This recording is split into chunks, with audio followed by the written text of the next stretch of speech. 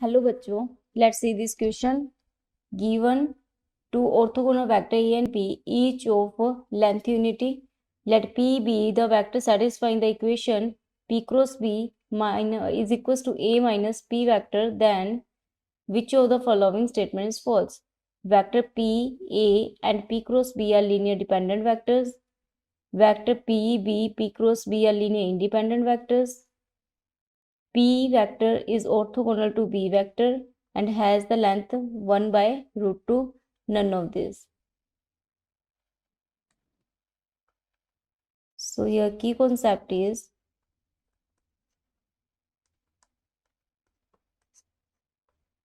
linear dependent and independent vectors.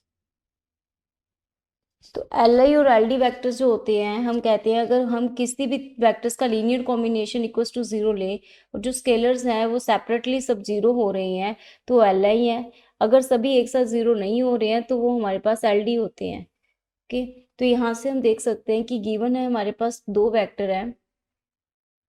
तो हमारे पास जो गिवन है वो है ए और बी, दो ऑर्थोगोनल वेक्टर है। Mean is that a perpendicular to b है। ईच ऑफ लेंथ यूनिटी यानी कि mod of a is equals to mod of b is equals to 1 है।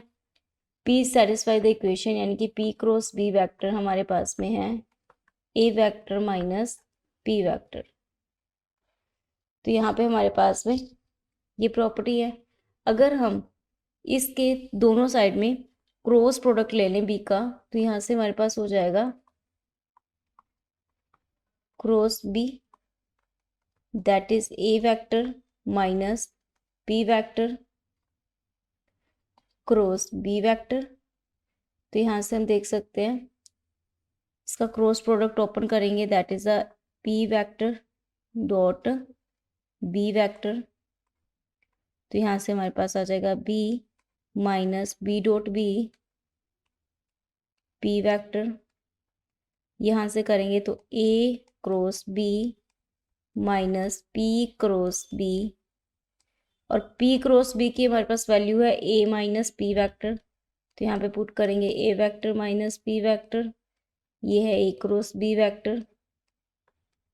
और यहाँ से हम देखेंगे दिस इज अ 1 क्योंकि बी डॉट बी हमारे पास में 1 होता है। Dot product of B dot B is equal to 1। तो ये हमारे पास हो जाएगा P dot B vector into में B vector minus P vector.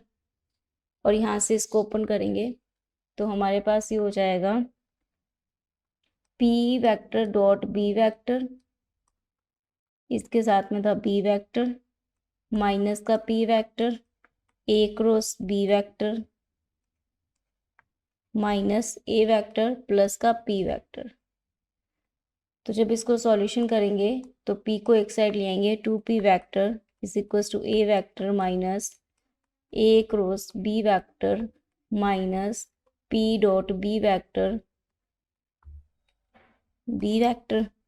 और यहाँ से अगर p की वैल्यू निकालेंगे तो हमारे पास आ जाएगी a vector minus a cross b vector minus p dot b vector upon 2। तो ये हमारे पास में एक p की वैल्यू आ गई। अगर हम यहाँ से देखेंगे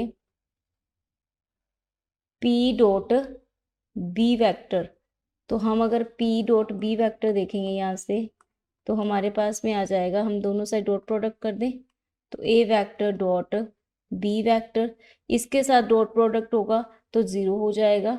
ओके, तो यहाँ से हमारे पास आएगा minus p dot b vector क्योंकि b डॉट b अगेन हमारे पास 1 वैल्यू हो जाएगी अपॉन में 2।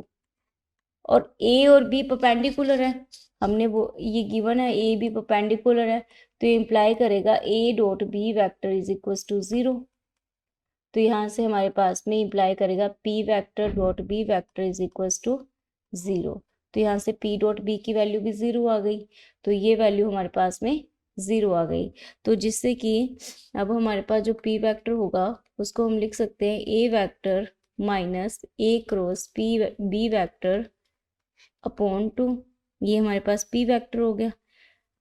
अब यहाँ से हम देख सकते हैं कि जो पी क्रॉस बी था वो हमारे पास में माइनस भी रह जाएगा। ओके, क्योंकि अगर हम देखें, हमने इस साइड देखा था तो ये वैल्यू तो हमारे पास में 0 हो जाएगी, तो ये माइनस भी रह गया। तो यानी कि ये हमारे पास पी क्रॉस बी था, तो ये माइनस भी हो गया।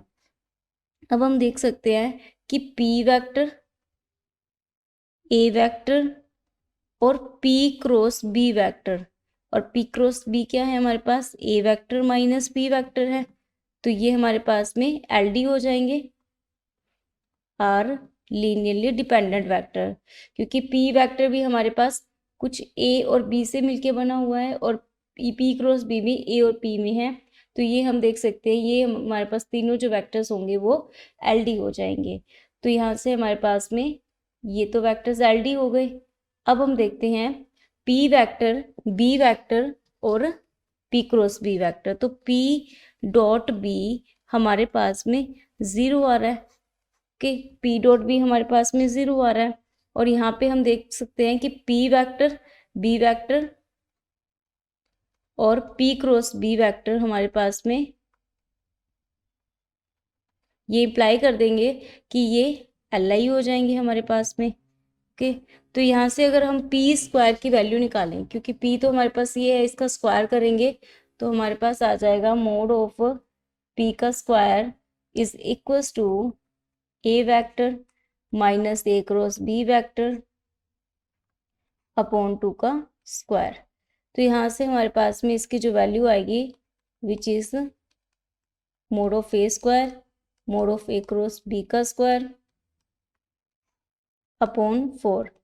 तो यहाँ से हमारे पास में ये 1 होगा, ये दोनों परपेंडिकुलर हैं तो इनकी वैल्यू भी 1 हो जाएगी, क्योंकि mod of A mod of B sine theta आ जाएगा, साइन 90 विच इज़ अ 1। तो यहाँ से हो जाएगा अपॉन 4 1/2। तो यहाँ से मोड पी की वैल्यू हो जाएगी 1/√2। तो यानी हमारे पास में जो पी वेक्टर का मैग्नीट्यूड आएगा, तो इसकी जो लेंथ आएगी वो हमारे पास 1/√2 हो जाएगी। और पी वेक्टर हमारे पास ऑर्थोगोनल है बी वेक्टर के, क्योंकि पी डॉट बी हमारे पास में 0 आ रहा है, तो ये ऑर्थोगोनल भी है, तो ये हमारे पास राइट है। Okay, vector p b p cross b L I होंगे, ये हमने देख लिया है। पी डॉट बी हमारे पास 0 आ रहा था, और यहाँ से हमने देख लिया था कि ये p vector b vector p cross b हमारे पास एल आई वैक्टर्स हैं।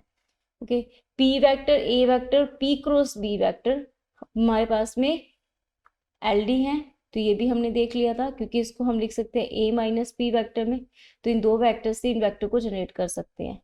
तो ये हमारे पास में तीनों ट्रू है, लेकिन हमसे पूछा गया फोर्थ स्टेटमेंट्स कौन से हैं, तो fourth statement none of this हो जाएंगे, सॉरी नन ऑफ अबव हो जाएंगे। Hope you understood it well.